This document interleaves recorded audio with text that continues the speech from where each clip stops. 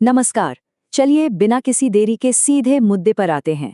आज के इस विश्लेषण में हम 25 मई 2026 तक अमेरिका ईरान संघर्ष की बेहद अस्थिर और उलझी हुई स्थिति को डिकोड करने वाले हैं। आइए तथ्यों के आधार पर इस पूरी कूटनीतिक और सैन्य उलझन को गहराई से समझते हैं। अब एक बहुत ही दिलचस्प स्थिति सामने आ रही है। जरा सोचिए, एक तरफ दोहा के बंद कमरों में राजनयिक शांति के लिए सौदेबाजी कर रही हैं और ठीक उसी समय मध्य पूर्व के आसमान में सेनाएं एक दूसरे पर मिसाइलें बरसा रही हैं। आखिर जब बम गिर रहे हों तो शांति पर कैसे बात हो सकती है? यह कूटनीति के इतिहास की सबसे चुनौतीपूर्ण स्थितियों में से एक है।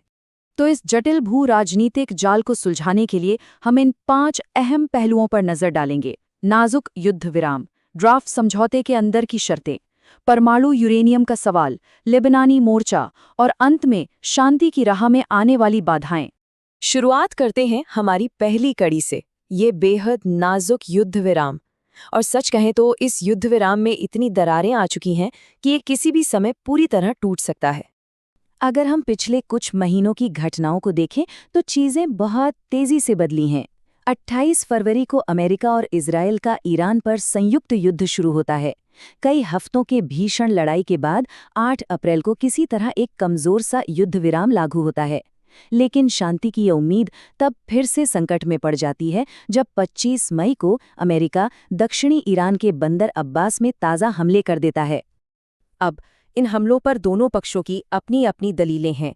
अमेरिकी सैन्य कमान का कहना है कि उन्होंने हॉर्मुज जलडमरू मध्य के पास आत्मरक्षा में उन ईरानी नौकाओं को निशाना बनाया जो बारूदी सुरंगें बिछा रही थीं। दूसरी तरफ ईरानी स्टेट मीडिया का दावा है कि स्थिति पूरी तरह नियंत्रण में है। यहाँ स्पष्ट रूप से दो बिल्कुल अलग नैरेटिव्स की सीधी टक्कर देखने को मिल रही है। चलिए आगे बढ़ते हैं हमारे दूसरे अहम पॉइंट पर, यानी इस 14 सूत्रीय ड्राफ्ट समझौते के अंदर आखिर है क्या? दोहा में वार्ताकार किन बातों पर माथापच्ची कर रहे हैं? देखिए, इस प्रस्तावित समाधान का सबसे अहम हिस्सा इसका चरणबद्ध तरीका है। कोई भी रातों रात चमत्कार की उम्मीद नहीं कर रहा। लक्ष्य है लेबनान सहित सभी मोर्चों पर हमले रोकना, 30 दिनों के भीतर व्यापार मार्गों को फिर से खोलना और परमाणु वार्ता के लिए 60 दिन का एक सख्त समय तय करना, ताकि धीरे धीरे तनाव को कम किया जा सके।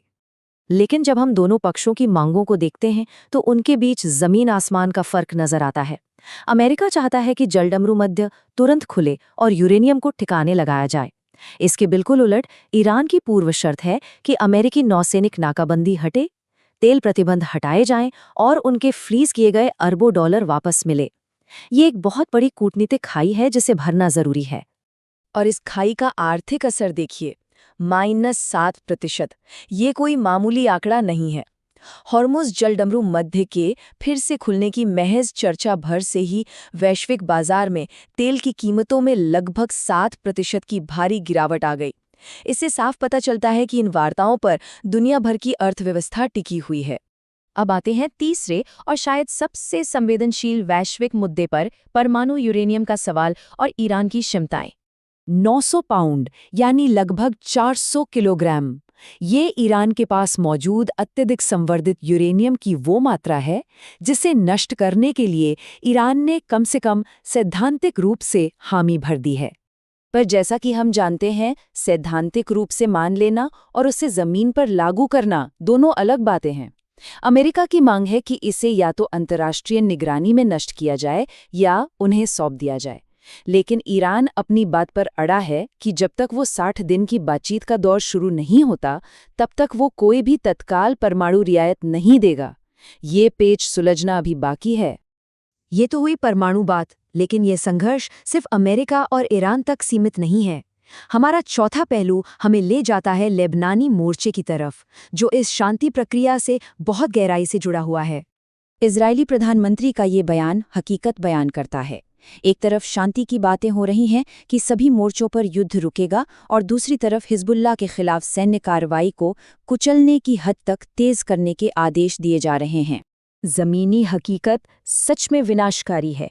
दक्षिणी लेबनान में गांवों को खाली करने के आदेश दिए गए हैं और लगातार हवाई हमले हो रहे हैं।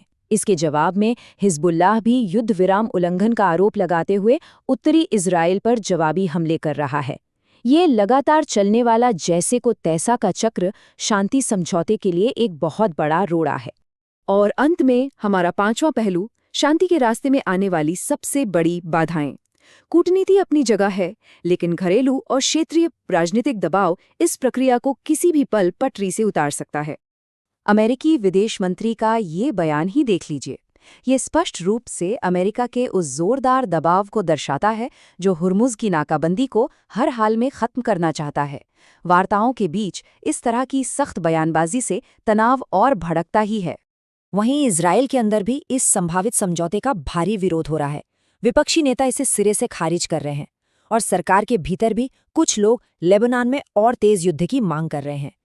और अगर हम ईरान की बात करें तो उनका रुख भी उतना ही सख्त है। ईरान की राष्ट्रीय सुरक्षा परिषद का साफ संदेश है कि कोई वापसी नहीं होगी। ये दिखाता है कि भारी सैन्य और अंतर्राष्ट्रीय दबाव के बावजूद वे पीछे हटने वाले नहीं हैं। तो आखिर में सबसे बड़ा सवाल यही उठता है, क्या ये नाजुक 14 सूत्रीय कूटनीतिक ढांचा जमीन पर हो रहे हमलों और इस तीखी राजनीतिक बयानबाजी का बोझ सह पाएगा, या फिर कागज पर शांति समझौते की स्याही सूखने से पहले ही ये सब कुछ ताश के पत्तों की तरह बिखर जाएगा? ये एक ऐसा ज्वलंत सवाल है जिस पर दुनिया की नजरें टिकी हैं। आज के इस विश्लेषण में शामिल होने के लिए धन्यवाद। उम्मीद है इससे आपको इस जटिल मुद्दे को समझने में मदद मिली होगी।